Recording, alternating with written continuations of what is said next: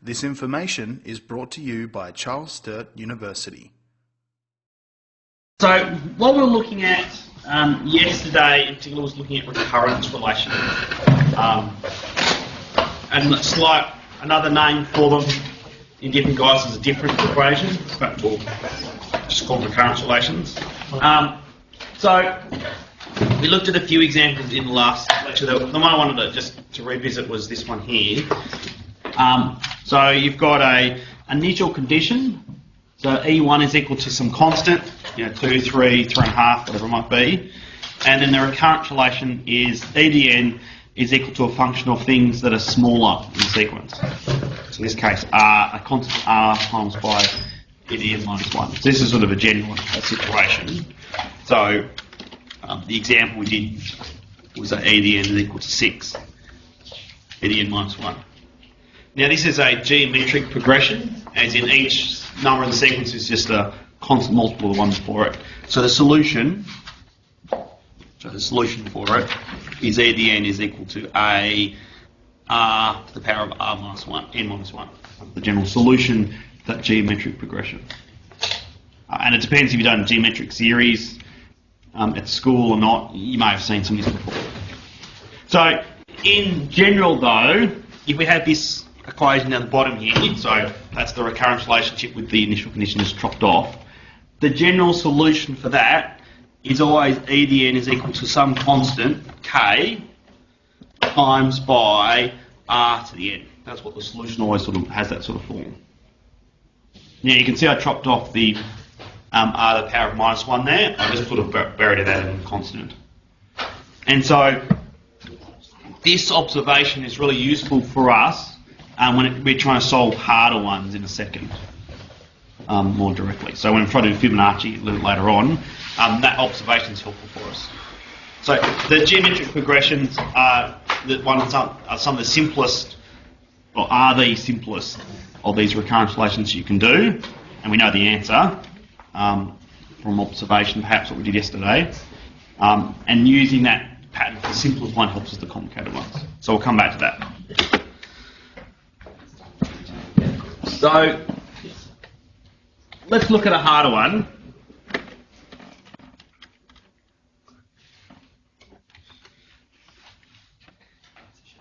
So this is called the Fibonacci series.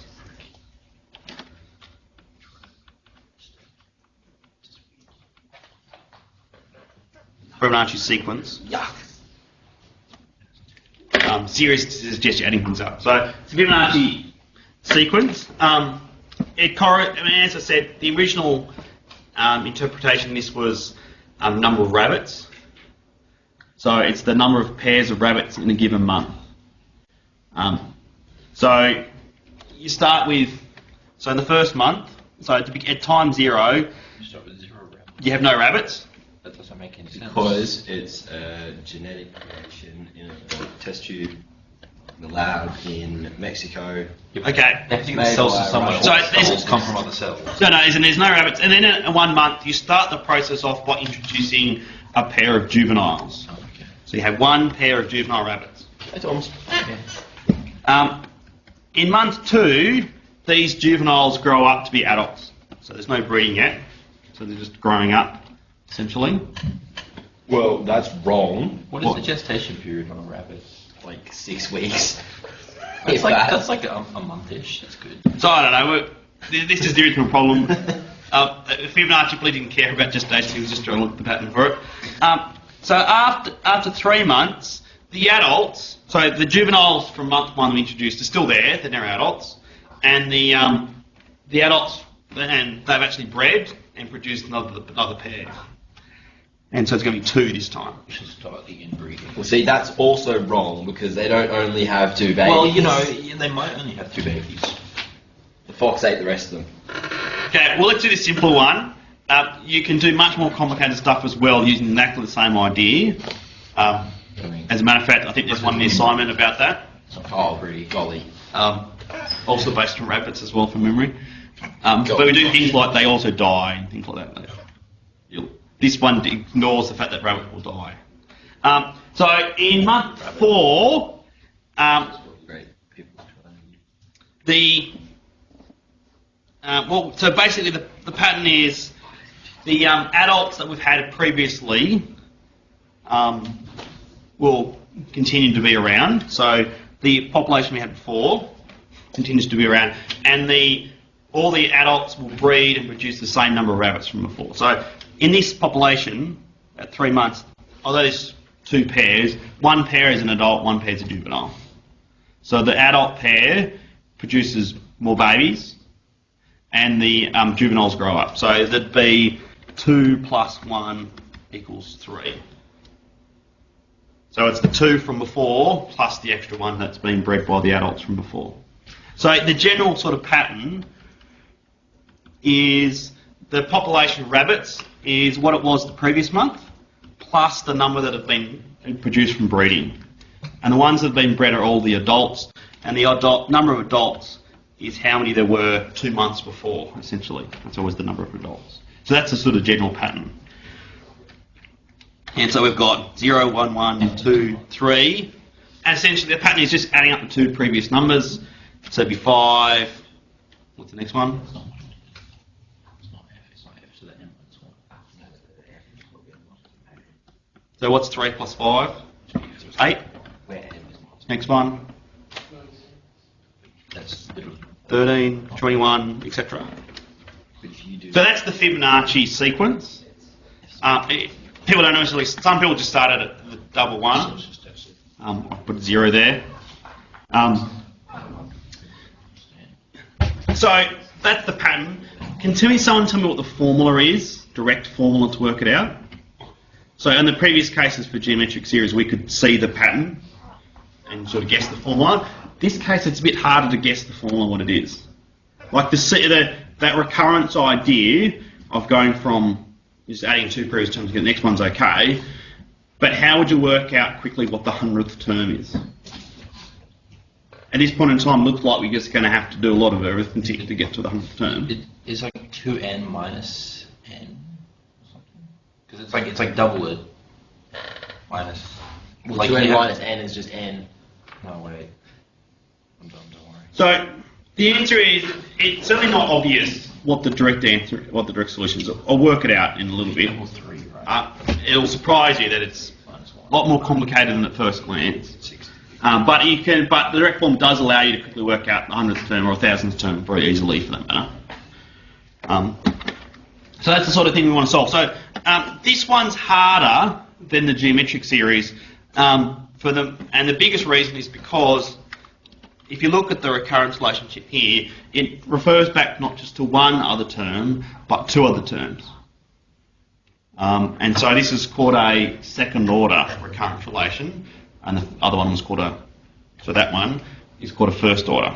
So the order's gone up. And as soon as the order goes up, it jumps up in complexity. Nevertheless, there's certain types that we still can solve quite readily, and the Fibonacci series is one of the ones you can solve quite readily. Which is good. So let's just do some explanations or definitions first. Okay. So formally, I mentioned in passing, so a recurrence relation pretty much is you've got some initial conditions, which is, in this case, A0 equals a constant, A1 equals a constant, etc. You have a few initial conditions, and then some sort of relationship. And the relationship defines AN in terms of some previous terms, essentially. So AN is just a sequence of numbers.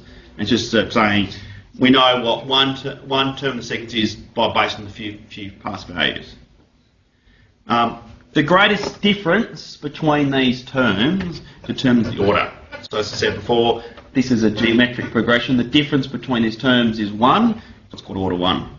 The greatest difference in this one, the Fibonacci, is 2, so it's called order 2. And you do order 3, etc. So in your assessment, the sort of types I'm looking at, the same process you've got to apply to order 2, 3, 4, etc. You can show your skills in any of those, so I normally just pick the easiest of them to demonstrate it on. So you mostly do look at order 2 as your assessment. But you could do the same process for higher ones too. The difficulty is end up solving polynomials. Really. We'll get to that in a second. So there are several types of recurrence relations. So essentially they're brought into linear and non-linear types. They're the two different types.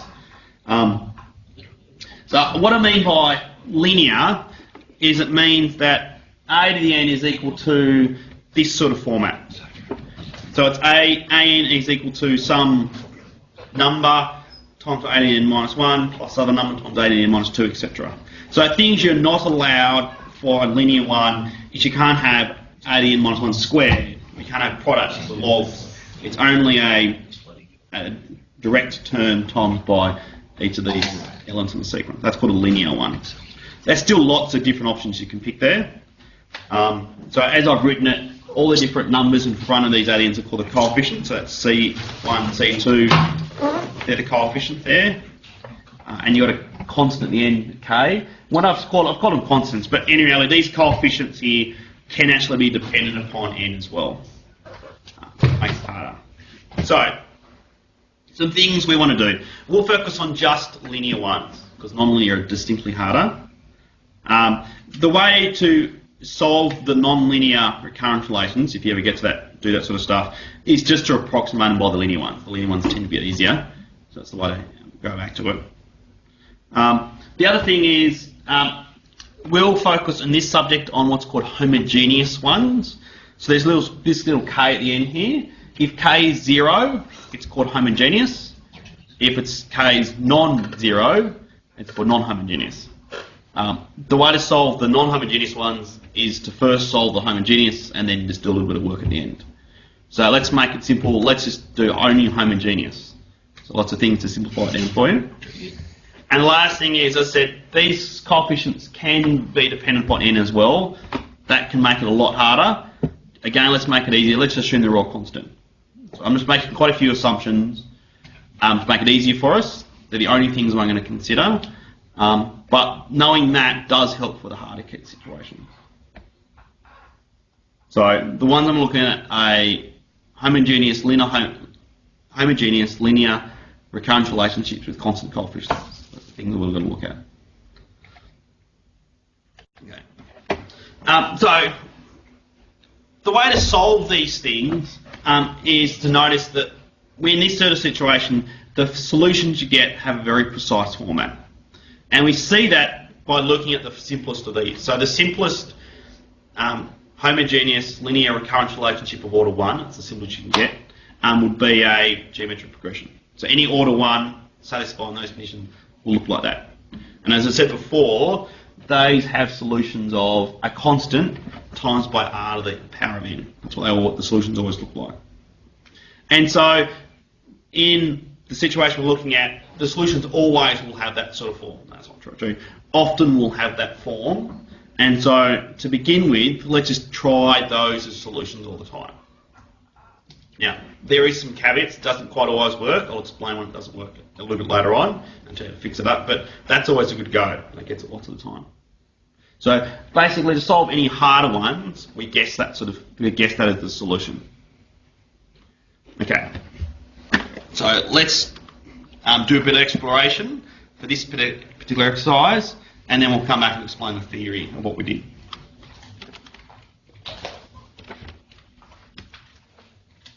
Okay.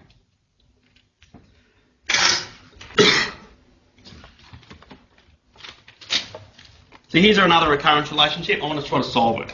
So I've got some initial conditions at the top here, and then this is the relationship itself. So a few things. So it's a linear one. Why is it linear? Because each of the A terms is not multiplied, no squares. They're just summing up with different coefficients, just numbers in front of it. That's what linear means. Is it homogeneous or non-homogeneous? Homogeneous. Why? 0. Yeah, because it's got equal 0. That makes it homogeneous. And it's got constant coefficients. So the numbers in front of these A's are constants. So 1, -3, -4. So that's the sort of I situation. So the basic way of doing it is we're going to try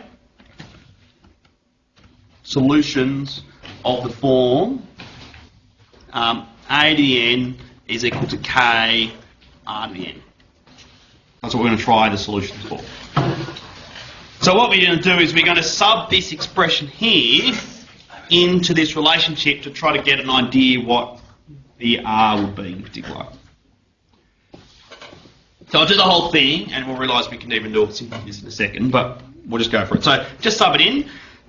So A to the N here, so I'll write the whole thing in again.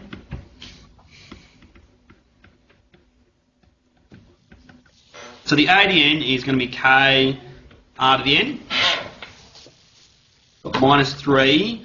A to the N minus 1, what are we going to write that down as?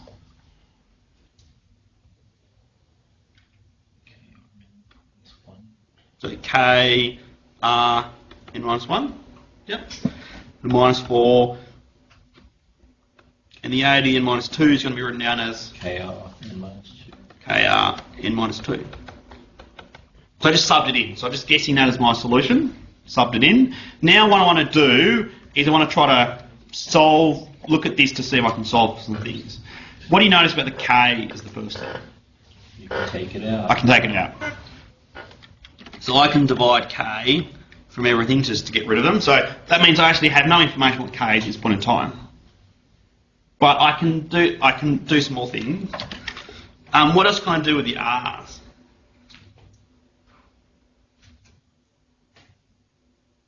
So I guess what I want to do is I can solve this equation for R. The problem is there's lots of them there. So what a good idea would be to try to again divide through by R as much as you can. So what we've done is divide by K. Let's also divide by the bottom term here. So that's the lowest power you can see there. All other ones are higher. So just divide by the lowest power of R. And that will just cancel lots of things out.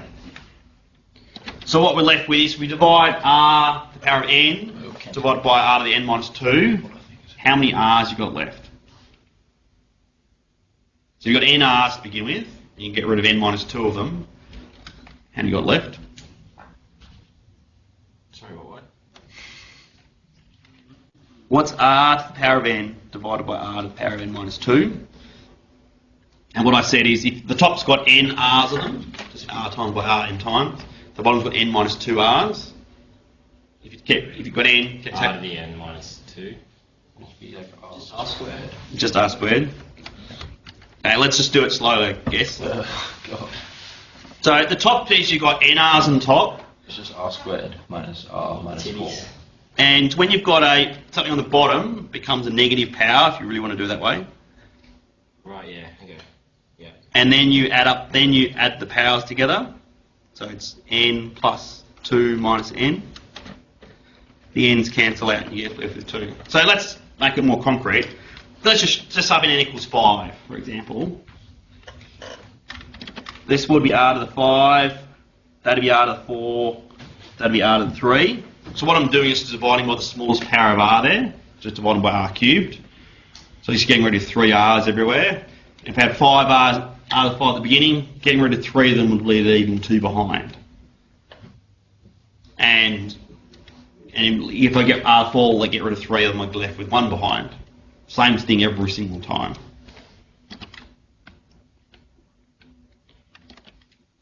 And so when I do R to N minus 1, get rid of N minus 2 of them, I'm left with R behind. And what's this last term going to look like? Just 4. Just minus 4, yep. Get a quadratic. So, and you can go straight from the original recurrence relationship to that bottom line after a while. We'll do it for the next example. So this thing here is called the characteristic equation of the recurrence relationship. And so basically, let's just see the connection between the two. To go from one to the other just basically remains going, find the smallest term in the sequence, the original recurrence relation, which was this one here. Replace that by 1. Anything else, just replace by R to just increasing powers. The next one along, you replace by R. The next one above that, you replace by R squared, etc. And that's the basic way of going from the original recurrent relationship to this characteristic equation at the end. So, taking a step back, we've got this recurrence relationship. We're guessing it has that sort of solution. If that is actually, if solutions really do have that form, that implies that equation must hold. So what if we can, that's only got r's in it, we could solve that equation for r to work at what the possible r values might be. How do you solve that equation down the bottom there? You can either put it in the quadratic formula or simply find two numbers which multiply to get -4, add up to get -3 and multiply to -4. Okay, so you can solve directly, which normally means factorising. Does anyone know how to factorise that?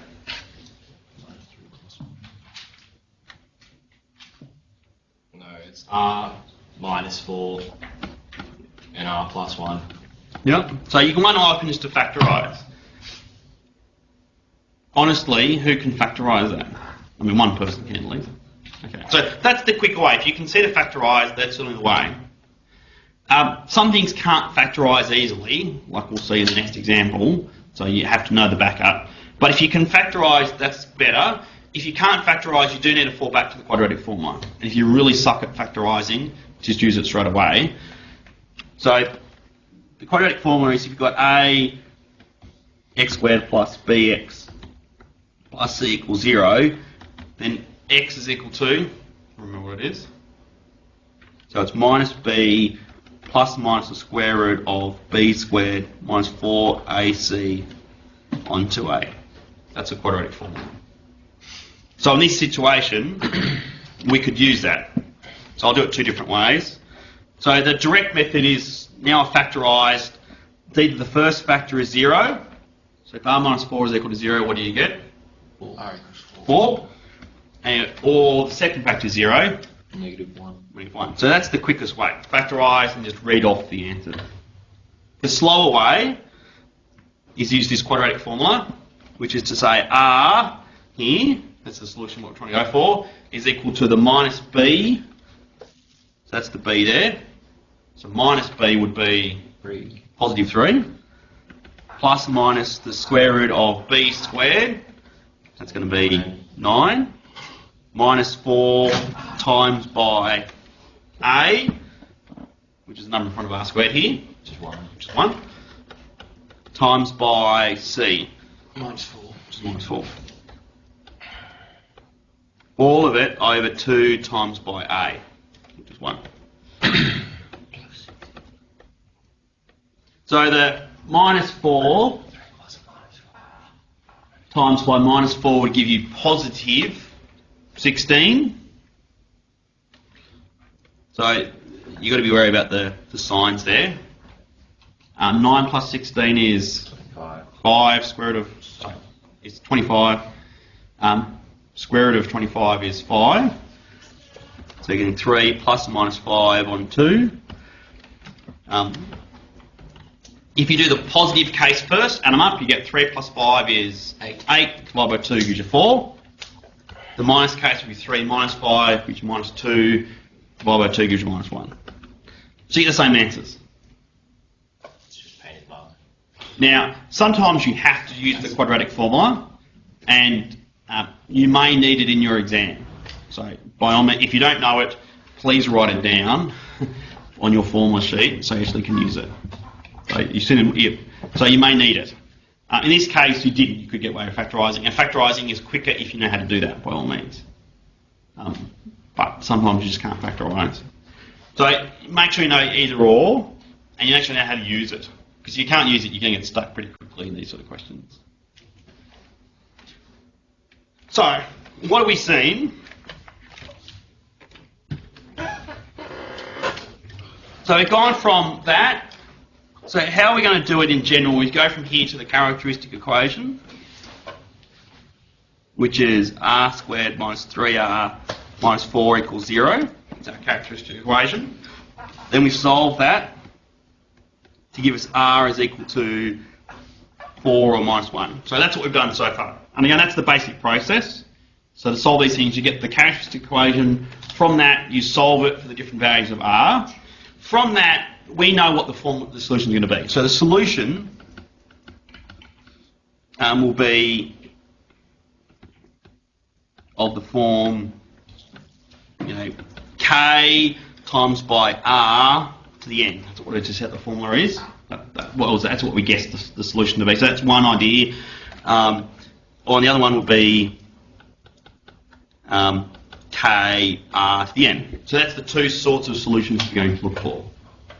That was our guess, so that's what the solutions will be. That was sort of format we'll have for the solutions. Now, both of them will happen at the same time in some regard. So the general solution will then be the sum of all the... So they're the basic solutions, I guess we'll call them. So the general solution is just a sum of all the basic ones. So the general solution would be something on the first form plus something on the second form. And if there's an order 3, be another one. If it's order 4, you get 4, etc. So the number of basic solutions is equal to the order of the recurrence relation. So since this was order 2, we've got 2 solutions cropping up. If you had order 3, you get 3 of them cropping up, etc. So recapping, got the recurrence relationship, solved it to work out the different possible R values, and from that I know from exactly when I get the R values, I know what the sort of solutions will look like. I can work out the basic solutions from that and add them up to get my general solution. And so in general, that's my solution. So 18 is equal to that sort of format. So basically, if I just had that recurrence relationship, just had that answer at the bottom is the solution. That is the solution. But we have more than just that. We also have the initial conditions. We know how it starts, so I can work out what K1 and K2 is using my initial conditions. So I'm going to find K1 and K2 using initial conditions.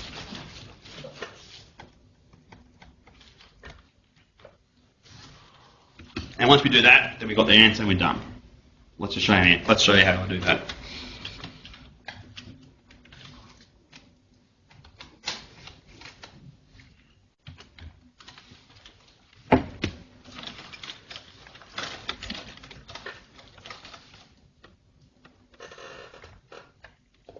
Okay, so that's what we've got. So we've got a general solution, so equals. 18 is equal to that sort of format. We've got our initial conditions. So what we're going to do is just going to sub in our initial conditions in that expression and find what K1 and K2 is. So we do n equals 0. We have A0 here. What's A0 again? 2. That's 2. But if you sub in n equals 0 into that expression, you're getting K1 of 4 to the power of 0 plus K2 minus 1 to the power of 0. And what's 4 to the power of 0? 1. And minus 1 to the power of 0? 1. So that's my first equation I've got, essentially. So K1 plus K2 is going to equal to 2. If I sum in n equals 1, I'm going to get A1, which is equal to 3 by the initial condition. But on the other hand, if you sub it into this expression here, we're going to get K1 times by 4 to the power of 1 plus K2 minus 1 to the power of 1. Is everyone okay? I'm just subbing in like that. And now, how do you write that more simply?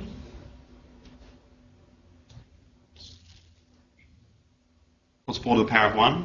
4. So 4K1 and minus 1 to the power of 1 is Minus 1. Okay. so minus K2, say, equals 3. So by subbing in, I've got now 2 equations for K1 and K2 together. What do you do with them next? Simultaneous equation. It's just solving simultaneous equations. How do you do that though? Remind me. Depends which way you want to use. So there's lots of different methods. Essentially, it's whatever you feel like at this point in time. Just make sure you get it right. What are some approaches you'd do as your next step to solve them? Well, you can see you've got a minus K2 and plus K2, so you can just add the 2 equations Yep. together. So basically, you want to try to either make one. So options are either eliminate a variable, which is what Jacob was talking about, and you can do that by adding the two equations and looking at the K2. So elimination is one process. The other idea is to make one variable subject to one of the equations and sub it into the other one, which is sort of the same idea.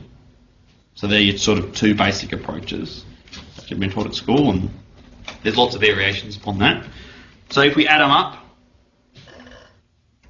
so we add the equations, we're getting K1 plus 4K1 gives you 5, K1, K2 minus K2 gives you nothing, and the 2 plus 3 gives you 5. So what is K1 equal to then? 1. So now you've got one variable, just plug it back into one of the equations. K2 equals 1. And so we can see this one over here, 1 plus K2 equals 2, and K2 is equal to 1. 1, yeah.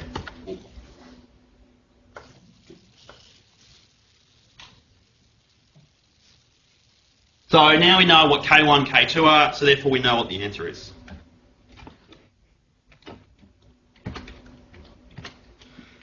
So I now know that ADN is equal to K1 times by 4 to the power of n plus K2 times by minus n to the power of n, minus 1 to the power of n, which you could, I would just write down as that.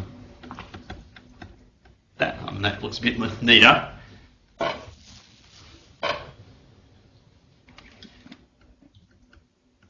So that's the answer. So we actually solved the equation. How do you know if you got the right answer or not?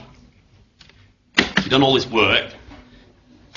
In your assignment, you've got a little bit of time to leave normally. You should. How do you know if you got the right or not? Substituting and value. Yeah, just sub it in. So you could sub that into these equations at the top here, and it should just work.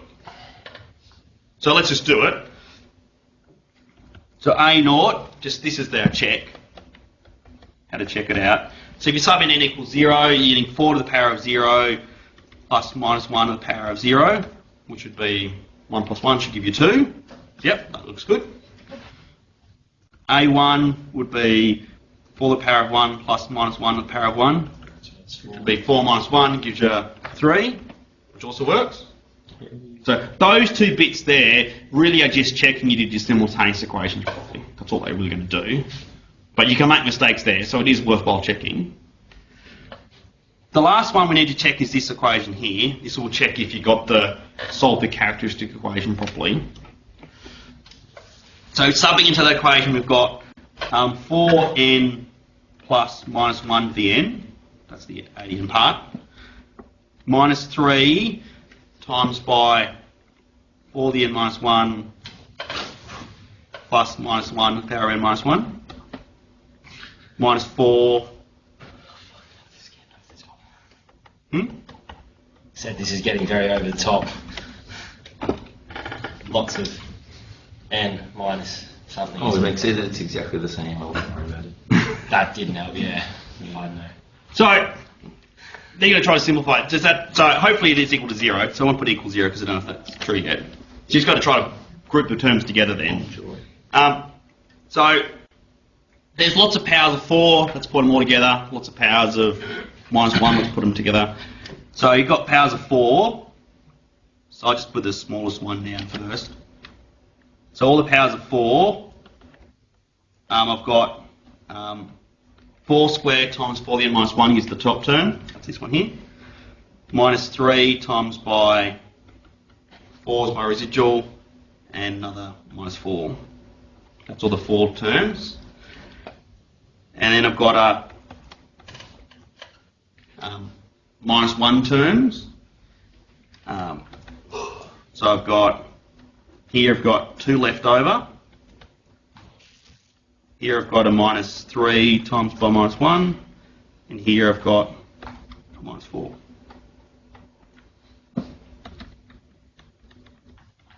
So here, so just factorising out, we're going to split up into 2 parts. So 4 squared is 16, minus 12 minus 4, 0. which is 0, which is good, that's what we're hoping for. And the other term would be minus 1 squared is 1, minus 3 times minus 1 gives you plus 3, minus 4, again that's equal to 0, so the whole thing is 0, which is good, that's exactly what we wanted it to be. So just checking all works. And that really is just checking you've solved your characteristic equation properly. So you could, if you go, oh that looks a bit hard to check, you should at least check that those numbers satisfy that equation you've produced up there. At least do that part. That's essentially what we're doing. So we've got our answer. So let's just recap of the process we did. So this is the what we've done so far. I'll have to slightly tweak this in a second. So basically, what we did is we converted from our recurrence relation into a polynomial. And we really did that by just subbing in, replacing a to the n by r to the n. That's what we really did. And then cancel out, then divided by the smallest power to make it just a simple polynomial. And you can translate that directly if you wanted to, and that's called the characteristic equation. That's the first step. Next step is to solve it. So if it's a quadratic, use factorisation or quadratic formula to tell me what the answers are for r. That gives you the possible values for r. If you have a double root, you have to do something more complicated. We'll come back to that later. But if the roots are different, then you say use exactly the same process we did just then. Then from that, you can write down what the general solution is, and it's going to be a constant times by the first solution to the power of n, plus another constant times by the second solution to the power of n, etc. That's the general solution. And then once you've got the general solution, to work out the one that satisfies our initial conditions, you just sub all the initial conditions in, you then produce a bunch of simultaneous equations, and you solve them to find what the various constants are, and bang, that's the end of the answer. That's the overall process. So let's do it for another case. Let's do it with Fibonacci numbers.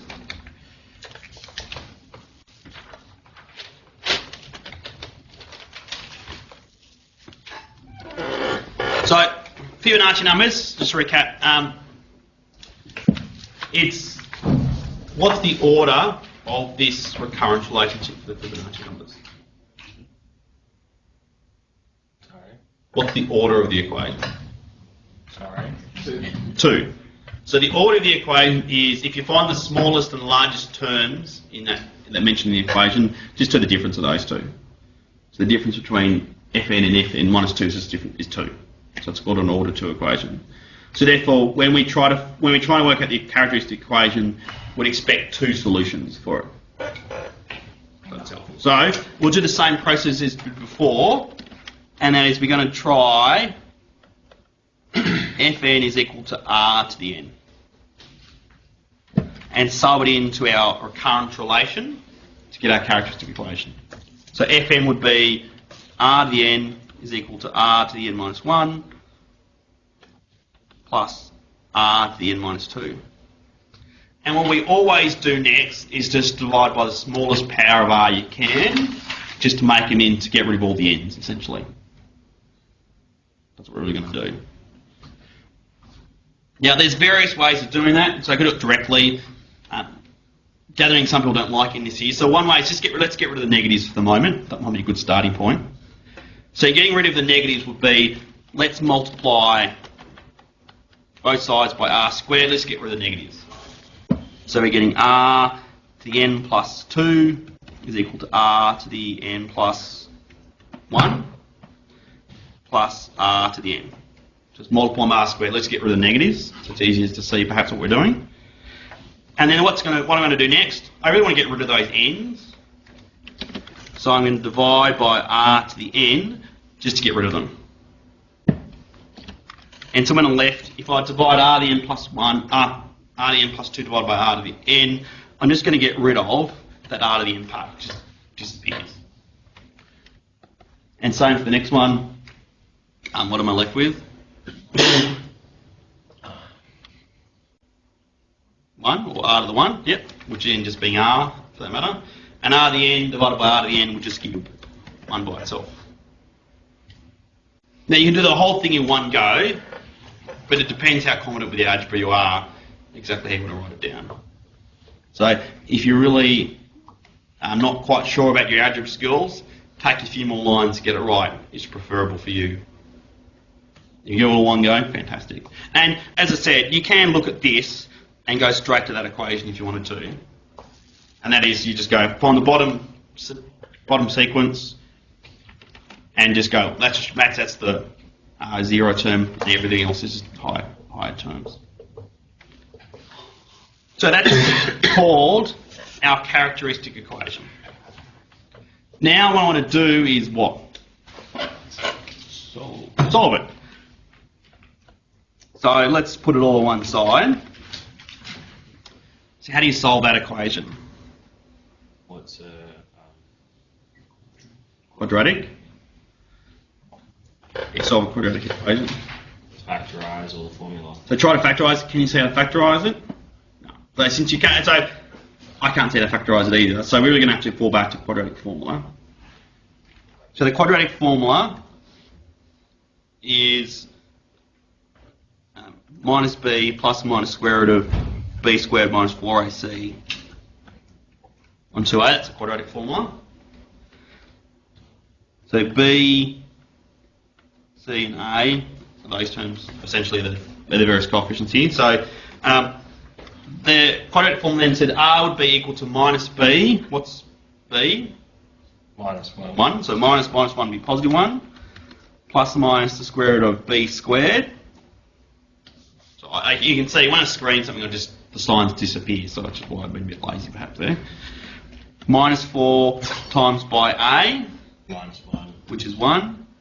Times by minus And then times by c, which is minus 1. All over 2 times by a. You're missing them. Minus. Oh wait, no, that's not. Never mind. Sorry. That's technically what I should have been writing down. But when you square things, the signs disappear. I said never mind. Yeah. So minus 1 squared gives you 1. Minus 4 times 1, positive 1 times minus 1 gives you positive 4. Okay, it's the next multiplication down. That's going to be equal to 1 plus or minus root 5 on 2. Can you simplify that down? I wouldn't.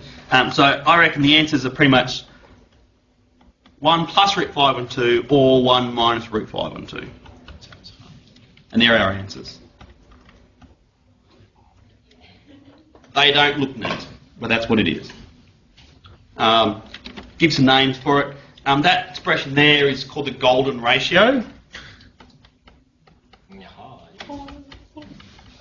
The other one is the reciprocal of the golden ratio. Oh.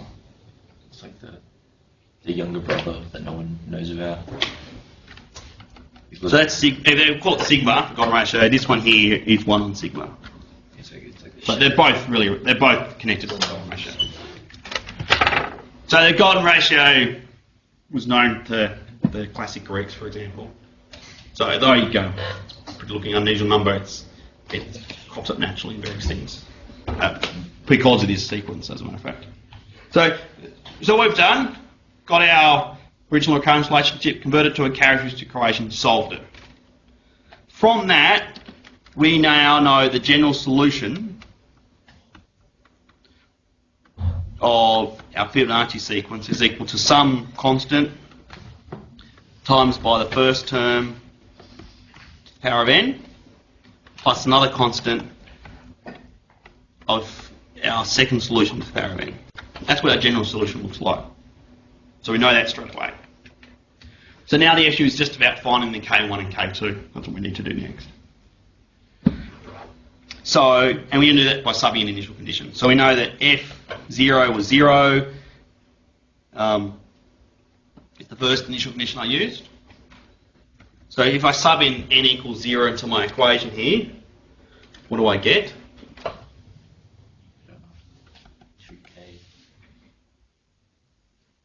So 1 plus root 5 on 2 all to the power of 0 is equal to 1. K1. Looks hot. It's 2 Ks. And minus 1 minus root 5 and 2 to the power of 0 is equal to 1. So just sum n equals 0 at least simplifies it down greatly. Now that's equal to 0. So before anything else, I can rearrange it. I can see that, say, K2 is equal to minus K1. I can see it straight away. So at least you've got some... I've got rid of one variable, essentially. Next thing, the other initial condition was that F1 is equal to 1. So at month 1, we're just chucking in a bunch of rabbits, corresponding to.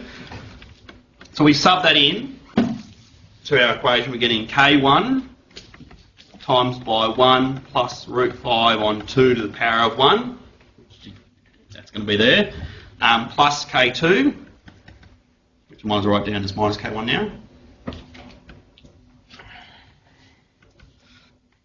Times by 1 minus root 5 on 2 to the power of 1. And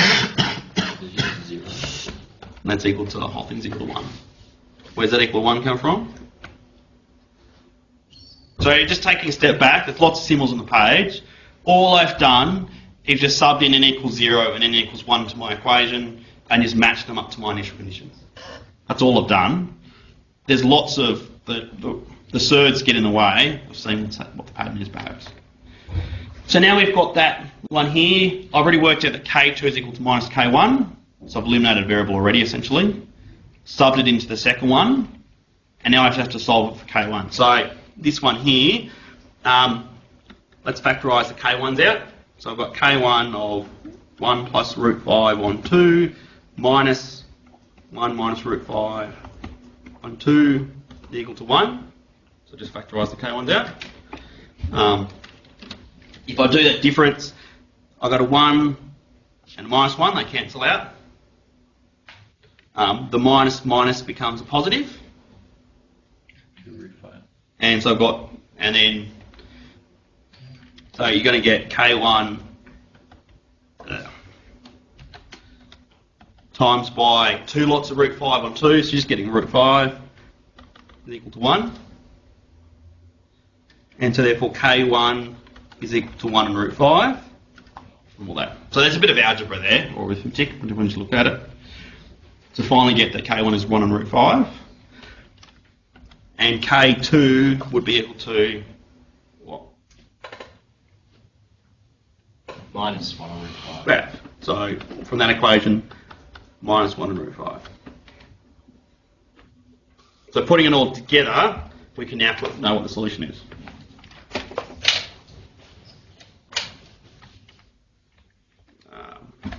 So therefore we can write down the general solution, or the solution for the Fibonacci sequence is 1 and root 5 times the first one to the power of n minus 1 and root 5 to the second one to the power of n.